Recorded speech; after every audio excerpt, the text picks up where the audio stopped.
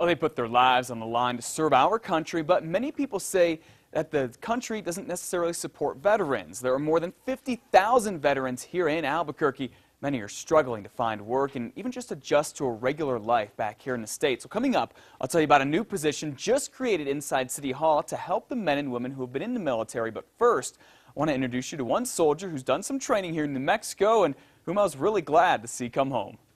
And now, grab them! Go get them! It's certainly a sight for sore eyes and watery eyes, too. All around the country, our troops are coming home from fighting in Iraq and Afghanistan. And here in Orlando, Florida, there's just one soldier I couldn't wait to see get off the plane. Good to be back. Good to be back. It's my big brother, Brian, whom his comrades call Sergeant Blue. What's it like to be back in the U.S.? It's good to see you. It feels good to be back in the U.S. It's a lot better than being over there.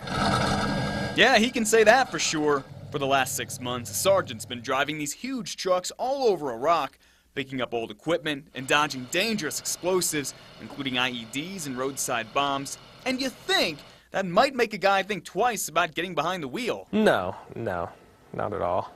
No fear whatsoever out there. I mean, trucks are up armored.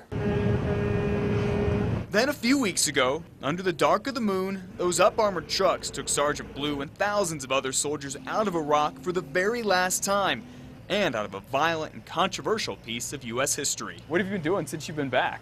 Just kicking back, relaxing. And you look a little smaller. Last time I saw you, you're like 6 feet tall and bulletproof.